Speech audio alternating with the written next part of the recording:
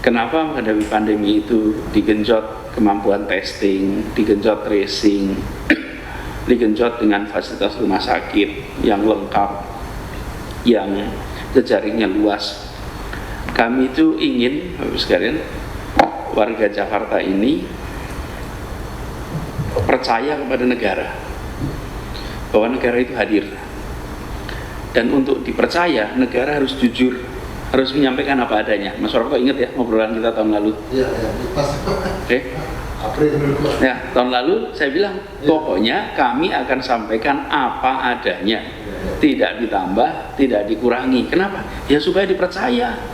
Sehingga ketika kita mengatakan harus begini, warga juga ikut. Kenapa? Ya saya percaya gitu.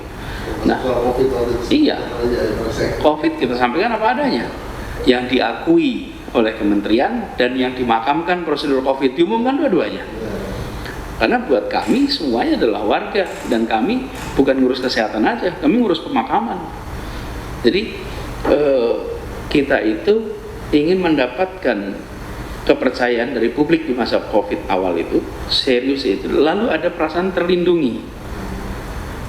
Dan kira-kira kalau saya sampaikan pada teman-teman di jajaran begini, saya ingin warga Jakarta itu bisa berkata, syukur alhamdulillah untung tinggal di Jakarta. Jadi kalau masa pandemi ini terasa sekali, kita ini sekitar 20-30% di masa peak itu pasien dari luar Jakarta. Betul ya Bu Widya? 20-30% range-nya itu. Pernah sampai 30, pernah sampai 20. Dan bagi orang di Jakarta, mereka punya fasilitas rumah sakit yang cukup banyak. Bahkan kita itu bisa dibilang RSUD kita yang masuk jajarin COVID itu berapa Bu? Yang full COVID 11. Full COVID 11. Yang lainnya semuanya ikut 32, semuanya merawat COVID. Semua 100% merawat COVID. Yang full COVID 13 dari 11 dari 32. 11-32, 100% COVID. Itu menunjukkan keseriusan untuk melindungi warga Jakarta. Jadi rasa tenang itu didapatkan bukan dengan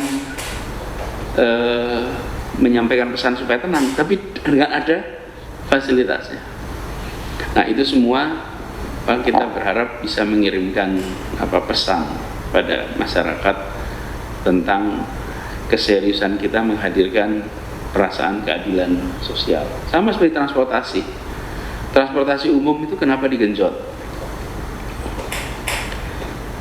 Tahun lalu juga saya sudah ngomong ini, kan untuk membangun kesetaraan.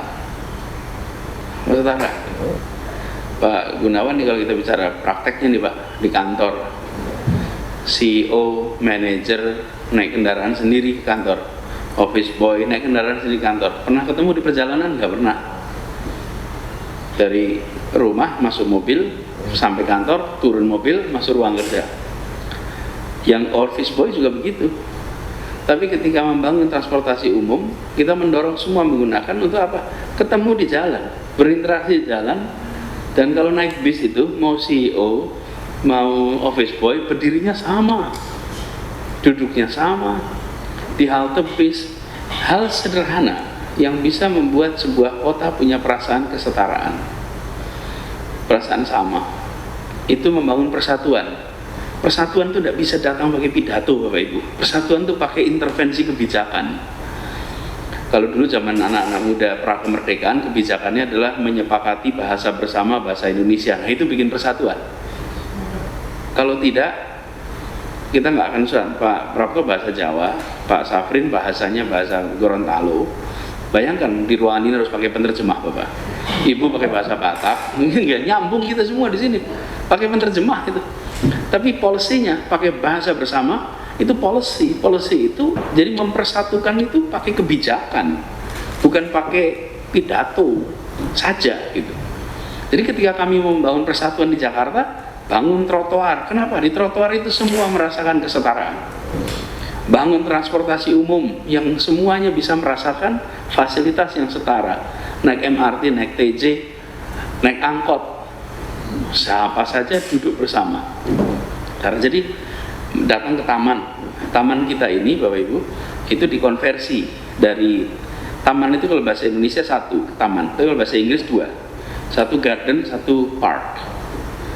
Kalau garden untuk ditonton, kalau park untuk bermain. Nah kita terlanjur membangun taman itu untuk ditonton Pak. Jadi taman-taman kita itu tulisannya dilarang menginjak rumput Pak. Dan kita kemana-mana selalu bangga dengan itu. Kalau ada yang melanggar di foto kirimin, posting, Pak Gub ada yang melanggar gitu. Lah gimana kalau Monas sebesar ini kita tempatkan sebagai garden? Ya di mana-mana kota modern dunia itu yang namanya rumput di taman namanya park, untuk bermain, boleh diinjak. Jadi kita mengalami transformasi dari garden menjadi park. Dibangunlah taman maju bersama untuk warga bermain. Kenapa? Karena kalau kita tidak bangun ruang-ruang ketiga yang menyetarakan, nanti warga itu tanpa sadar terkategorisasi berdasarkan strata sosial ekonomi, tanpa kita sadari terstratifikasi itu. Ruang ketiga itu ruang bermain, ruang bertemu, ruang berinteraksi. Nah kita ingin ruang-ruang ini setara. Saya sering berikan contoh, Mbak, di dekat sini aja Bundaran HI ada 3 mall tuh. Yang masuk Tamrin City nggak berani masuk Plaza Indonesia Pak, saya jamin Pak. Betul nggak? Betul. Yang masuk ke Grand Indonesia nggak ke Tamrin City udah pasti. Ke Plaza enggak loh. Kita ini kan ruang pertemuan warga di situ. Kenapa kita serahkan 100% kepada mekanisme pasar? Kalau kita serahkan pada mekanisme pasar, maka pasar akan bekerja menggunakan segmentasi, pasti. Tidak mungkin dunia usaha bekerja nggak menentukan segmen pasarnya. Dan dari mana bisa return? Ya kan? Nah negara tidak boleh melakukan segmentasi atas warga. Negara itu harus melakukan pembelian fasilitas yang setara kepada semua. Itu gagasan. Baru wujudnya karya tuh. Buat taman yang setara, buat trotoar, buat transportasi umum. Jadi barang-barang itu semua itu ada turunannya itu yang saya katakan keadilan, kesetaraan. Nah jadi kalau kita mau bangun di republik ini, di kota ini, persatuan, kesetaraan, ya langkah-langkah itu contoh yang coba kita lakukan di Jakarta. Belum tentu warganya menyadari bahwa ada itu. Tapi kenyataan itu hadir. Teman-teman boleh datang ke Taman Duku Atas. Lihatlah yang pada main skateboard di situ. Oke? Itu main skateboard di situ, lintas apapun. Begitu dikasih ruang ketiga yang setara, ruang ketiga itu rumah ruang pertama, tempat kerja ruang kedua, ruang ketiga itu ruang bersama publik. Yang kita siapkan banyak sekali untuk apa? Membangun perasaan kebersamaan itu. Itu ketemu anak dari mana-mana yang pada main skateboard. Positif. Jadi boleh diwartakan pada penduduk kota ini bahwa kami semua sedang menjalani sebuah proses transformasi. Apakah hasilnya sudah langsung dirasakan? Sebagian langsung terlihat. Misalnya transportasi. Transportasi langsung terlihat. Daily ridership kita 350.000 tahun 2016 menjadi awal sebelum pandemi 1 juta. Pernah 1,2 juta. Artinya ada lebih dari 650.000 orang yang berpindah dari kendaraan pribadi ke kendaraan umum. Kalau kami nambah armada, artinya punya anggaran, nggak usah bangga, karena itu artinya punya uang Pak. Tapi kalau 650.000 warga berpindah dari kendaraan pribadi, enggak, kita perlu bersyukur itu, karena berarti terjadi perubahan perilaku dari kendaraan pribadi ke kendaraan umum. Apa konsekuensinya? Biayanya lebih murah. Biaya hidup di Jakarta menjadi turun karena ongkos kendaraan pribadi jelas lebih tinggi daripada kendaraan umum. Itu yang langsung dirasakan. Yang nanti dirasakan lebih jauh adalah perasaan kesetaraan itu. Nanti lama-lama kita mulai akan menyaksikan kendaraan umum itu yang naik levelnya